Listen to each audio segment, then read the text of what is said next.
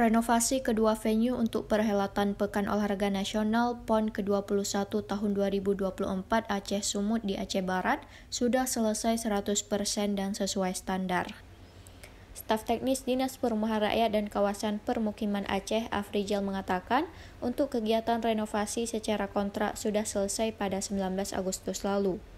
Sementara untuk fasilitas pendukung lainnya di kedua venue PON di Aceh Barat, baik itu di Gedung Olahraga dan Seni maupun di Lapangan Bola Kaki Teku Umar, menurut Rizal juga sudah sesuai dan layak digunakan pada perhelatan PON di September mendatang.